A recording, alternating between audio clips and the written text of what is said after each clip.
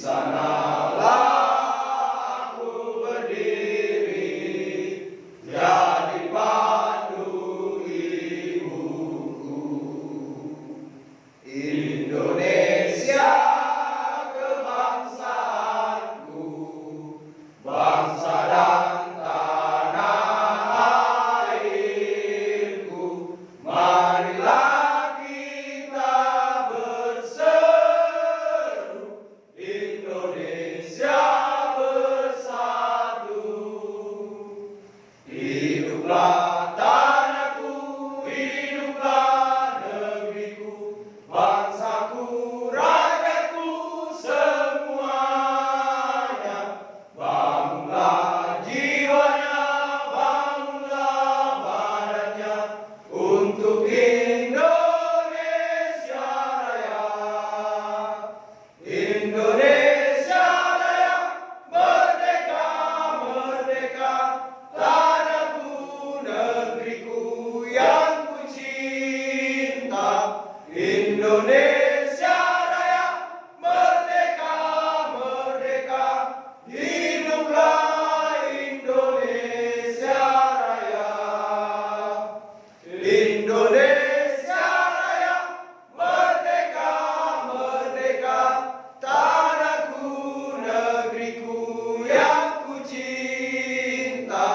Indonesia Raya, merdeka, merdeka, hiduplah Indonesia Raya. Assalamualaikum warahmatullahi wabarakatuh. Salam sejahtera untuk kita semua. Om Swastiastu, Namo Buddhaya, salam kebajikan. Tak lupa kami sampaikan salam hormat penuh solidaritas saya aturkan kepada seluruh buruh yang berlawan, seluruh pimpinan organisasi yang tergabung dalam formasi Indonesia.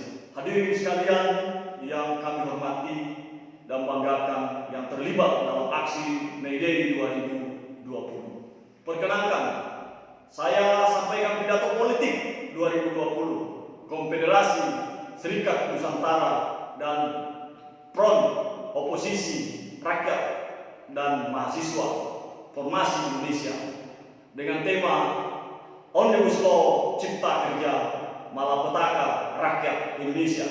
Batalkan Omnibus Law RUU Cipta Kerja, fokus tangani pandemi COVID-19. Puji syukur kehadirat Allah SWT, Tuhan yang Maha Kuasa, atas segala rahmat serta hidayah sehingga sampai hari ini kita masih berada di jalan yang benar, yakni jalan perjuangan melawan penindasan dan pengisapan manusia atas manusia. Kawan-kawan seperjuangan yang saya hormati, pada hari ini Jumat tanggal 1 Mei 2020, seluruh kaum buruh memperingati 1 Mei yang dikenal dengan May Day. Peristiwa May Day berawal pada akhir abad 19 atau tepatnya pada tanggal 1 Mei tahun 1886 di Chicago, Amerika. May Day merupakan peristiwa yang sangat penting bagi sejarah peradaban umat manusia di muka bumi. Ratusan ribu kaum buruh melakukan aksi protes besar-besaran, menumpahkan darah untuk memperjuangkan 8 jam kerja, 8 jam rekreasi, 8 jam istirahat. Perjuangan ini membuahkan hasil yang semula kaum buruh diharuskan bekerja 12 jam dalam sehari, kini menjadi 8 jam sehari. Untuk menghormati ratusan nyawa yang hilang dalam perjuangan saat itu, akhirnya diputuskan dalam Konferensi Sosialis Internasional bahwa 1 Mei merupakan Hari Buruh Sedunia. Kawan-kawan seperjuangan yang saya hormati, dimanapun berada, jika kita tinjau dari sejarahnya, jelaslah bahwa May Day merupakan hari perlawanan terhadap penindasan kapitalisme, sehingga sudah sepatutnya dalam memperingati May Day kita harus membawa semangat perlawanan yang sama, semangat perlawanan yang tak kenal kata menyerah, semangat perlawanan yang terus bergelora dan berapi-api, semangat untuk berjuang sampai malam. Tidak ada kata kompromi bagi kita terhadap penindasan dan ketidakadilan. Semangat itu harus kita bawa, bukan hanya dalam menghadapi persoalan sektoral kaum buruh semata, namun juga perjuangan multisektor gerakan rakyat.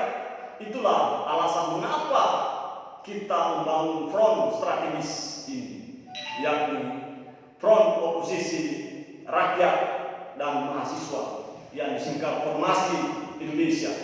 Kita harus sadari bahwa tiap-tiap sektor gerakan rakyat tidak bisa berjuang sendiri-sendiri.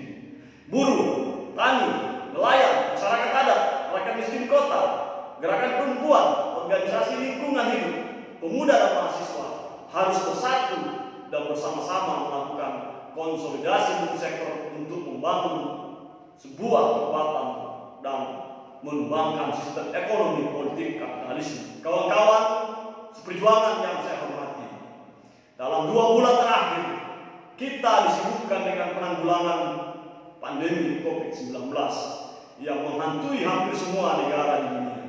Di Indonesia, hingga tanggal 30 April 2020 sudah lebih dari 1.000 orang terinfeksi, 729 orang meninggal dunia dan 1.200 orang berhasil sembuh. Sementara di tengah-tengah kesibukan penanggulangan COVID-19 yang melelahkan, kita juga disibukkan dan dari keserakahan kapitalisme yang berupaya siang dan malam untuk meloloskan Omnibus Law Cipta Kerja agar segera dapat diundangkan. Sudah banyak kajian ilmiah dari berbagai universitas yang menyatakan bahwa Omnibus Law Cipta Kerja secara substantif dan prosedural merugikan sebagian besar rakyat, yang terutama sekali terdampak apabila RUU Cipta Kerja ini diundangkan adalah rakyat pekerja.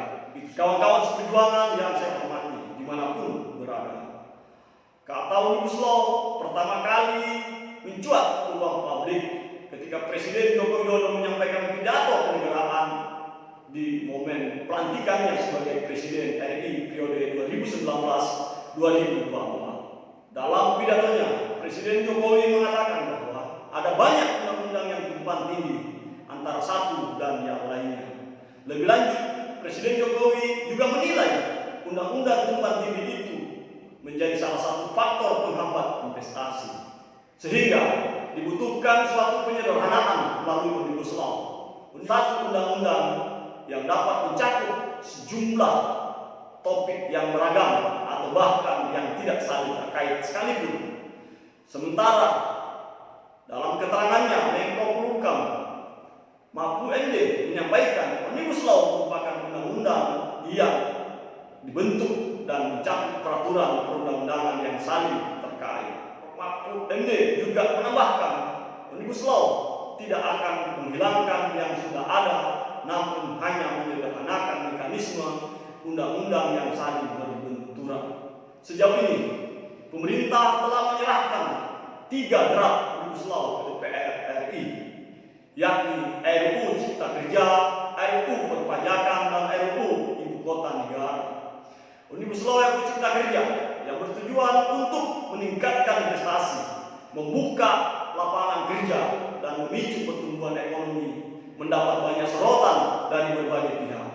Mulai dari proses perumusannya yang hanya melibatkan perwakilan dari pemerintah, kelompok pengusaha, dan segelintir akademisi, sampai butir-butir peraturannya yang dinilai merugikan sebagian besar kelompok masyarakat seperti buruh, petani, nelayan, dan masyarakat adat, hingga berpotensi merusak lingkungan. RUU Cipta Kerja menggabungkan 11 klaster yang memiliki corak dan paradigma hukum yang tak seragam, sebagaimana terlihat dalam pembahasan perbedaan. Penggabungan ini menimbulkan permasalahan yang serius, menganulir pengaturan lainnya, namun justru menghasilkan undang-undang baru yang tetap tumpang tindih. Paradigma RUU ini pun patut dipertanyakan. RUU ini mendasarkan argumentasi akademisnya daripada pendekatan pembangunan yang semata-mata dimaknai di ranah ekonomi. Tendensi ini adalah kemunduran dari pendekatan pembangunan yang sudah mengarah pada eksklusivitas dengan model pembangunan berkelanjutan, dengan cara pandang pembangunan ekonomi yang kapitalistik. Penanaman modal dianggap sebagai agen utama pembangunan. Sebagai agen utama pembangunan, penanaman modal mendapatkan perlakuan istimewa dengan kemudahan dan insentif yang disediakan melalui peraturan. Dengan pendekatan pembangunan ekonomi semata, negara yang cenderung bertugas untuk memastikan target-target pertumbuhan ekonomi terpenuhi. Akan tetapi abai terhadap kebutuhan dan aspirasi rakyat banyak. Pelaku usaha dipersempit maknanya sebatas pada mereka yang memiliki modal semata, bukan kelompok-kelompok yang mendukung jalannya roda perekonomian seperti kita, kaum buruh, petani, nelayan, dan sebagainya. Bahkan kontribusi kita dipinggirkan, dianggap tidak penting. Lebih lanjut, dalam perencanaan pembangunan dianggap sebagai penghambat investasi. Contohnya dalam proses AMDAL, semestinya partisipasi masyarakat harus dilihat sebagai proses yang penting untuk memperoleh lisensi sosial dari masyarakat yang terkena dampak. Masyarakat dan juga organisasi lingkungan hidup yang justru berperan vital dalam prinsip pembangunan yang berkelanjutan. Kawan-kawan sekalian yang saya hormati dimanapun berada, Omnibus Law RUU Cipta Kerja secara substantif adalah regulasi yang memang disiapkan untuk kemudahan berinvestasi, kepentingan para pemilik modal dengan mengorbankan dan mengabaikan kesejahteraan kaum buruh, rakyat pekerja, dan kaum tani, nelayan, masyarakat adat, dan miskin kota, termasuk mengabaikan kelestarian lingkungan hidup. Setelah melakukan kajian yang mendalam terhadap Omnibus Law RUU Cipta Kerja, kami menyimpulkan beberapa hal yang tidak sejalan dengan prinsip keadilan sosial, kemanusiaan, dan kelestarian lingkungan hidup sebagai berikut. Bidang ketenagakerjaan. Pengaturan bidang ketenagakerjaan menunjukkan bahwa alih-alih memberikan perlindungan bagi pekerja, RUU Cipta Kerja justru berpotensi membuat pekerja kembali mengalami penghisapan yang brutal demi kepentingan investasi dan pembangunan ekonomi kapitalisme. Padahal dalam hubungan industrial Pancasila, perlindungan pekerja merupakan tanggung jawab negara. Jikalaupun ada pasal yang memberikan pemanis bagi kepentingan pekerja, pasal-pasal ini sebenarnya sulit untuk diimplementasikan.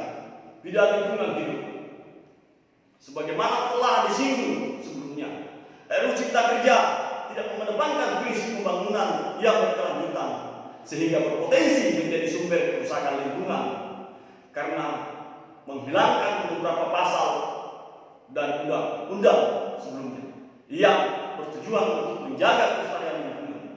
Dihapuskannya izin usaha dan menggantikannya dengan izin berusaha yang tidak lagi memerlukan analisis dampak lingkungan, menunjukkan kepada kita bagaimana RUU Cipta Kerja menabrak komitmen negara dalam melindungi lingkungan hidup dari kerusakan. Bidang pertanahan dan yang terkait.